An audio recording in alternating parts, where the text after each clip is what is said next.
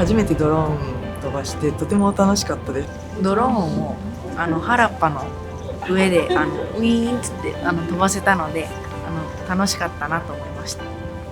ドローンを自分の手で飛ばして自分の手で上空に上げて画面を通して見ることに感動してもらったのはすごく良かったかなって思います。なんかヘリのパイロットになってみたい。そうそう、ヘリですよこれ。よかったです。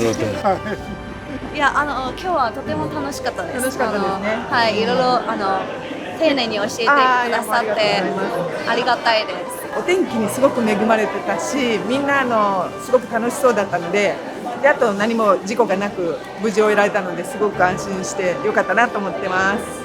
大島最高です。ありがとうございました。